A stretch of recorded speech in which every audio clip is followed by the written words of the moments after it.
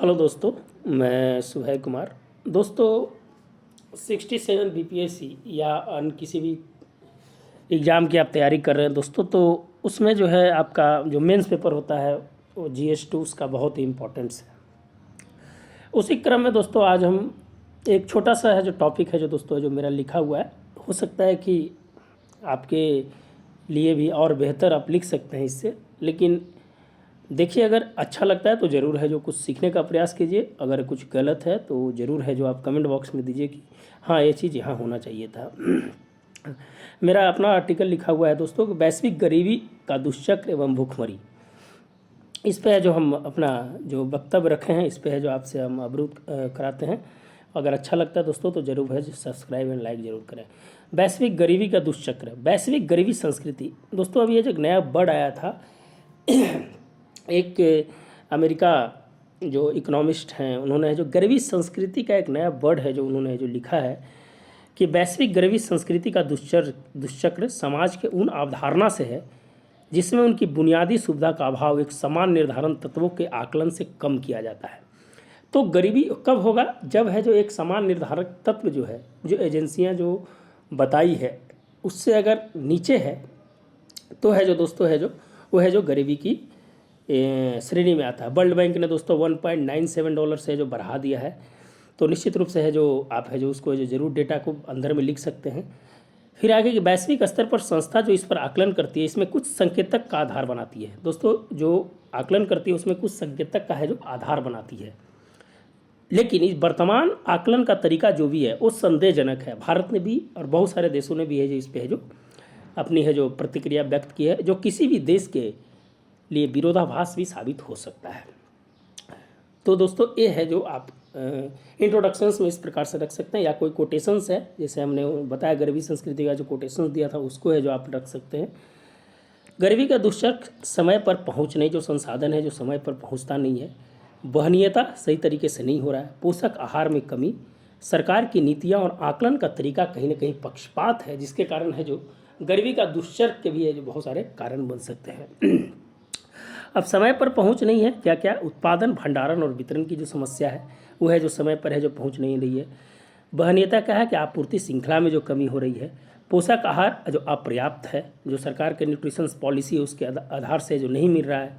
सरकार की नीतियाँ, जो सरकार की योजना का क्रियान्वयन है जो सही तरीके से नहीं हो रहा है। आकलन का तरीका पक्षपात, इसलिए कि कुछ विशेष क्षेत्र में है जो डेटा को है जो लेकर है जो उस पर पूरा है जो क्रियाकलाप किया जाता है, जिसके कारण हो सकता है कि वो है जो जिस देश जो गरीबी की दुष्चक्र में है या भूख हंगर इंडेक्स में है उसमें कहीं ना कहीं जो विरोधाभास उत्पन्न होता है। अब इसको है जो आप दो लाइन में डिस्क्राइब कर दीजिएगा तो आपका आंसर ऐसे भी है जो बीपीएससी के लिए ज़्यादा हो जाएगा। जब गरीबी का दुष्चक्र से वैश्विक स्थितियाँ उभर रही थी तब आपदा ने इसे अपनी ओर खींच लिया। अभी कोरोना काल में दोस्तों जो 27% जो था गरीबी से बाहर निकले थे, उस कहीं ना कहीं है जो और है जो उसको ढकेल दिया। लेकिन इस दुष्चक्र को तोड़ने के लिए वैश्विक नीति और राष्ट्रीय नीति का सामंजस्य एक नए रूपरेखा के साथ गरीबी संस्कृति को उभार सकता है। ये है जो दोस्तों इस प्रकार से आप लिख सकते हैं। MOPI इंडेक्स जो है, मल्टी पॉवर्टी इंडेक्स के अनुसार गरीबी का है जो कारण है जो पलायन हो जाता है, बुनियादी सुविधा का अभाव हो जाता है, स्वास्थ्य बजट पे प्रभाव पड़ता है, पीढ़ीगत प्रभाव भी पड़ता है दोस्तों, आय में असमानता, लैंगिक भेदभाव भी सक्रिय हो जाता है, रचनात्मक कार्यों में कमी हो जाती है, कुप्रबंधन की समस्या हो जाती है और सरकार का अतिरिक्त बोझ भी है जो उस पर बढ़ जाता है। तो दोस्तों इस प्रकार से है जो आप कारण को है जो डिफाइन करके और इसको है जो लिख सकते हैं। अब आगे बढ़ते हैं दोस्तों, जो आगे का है उसमें क्या लिखे हैं, उसमें है आगे कि दोस्तों इन सभी तथ्यों के आधार पर भारत में गरीबी आकलन का तरीका योजना आयोग से लेकर वर्तमान समितियां इस प्रकार हैं। अब समिति की भी चर्चा कर दीजिएगा तो अलग समिति, दांडेकर समिति, रंगराजन समिति, सुरेश तेंदुलकर समिति, नीति आयोग जो है वर्तमान में है जो दोस्तों है जो इस पर है जो सरकार की नीतियाँ रही है, समितियाँ रही है, उस पर है जो आप दो लाइन में चर्चा कर दीजिएगा। कुछ है कि कैलोरी के आधार पर है, कुछ है जो आय के आधार पर है, कुछ है जो कुपोषण को अतिरिक्त ऐड किया है।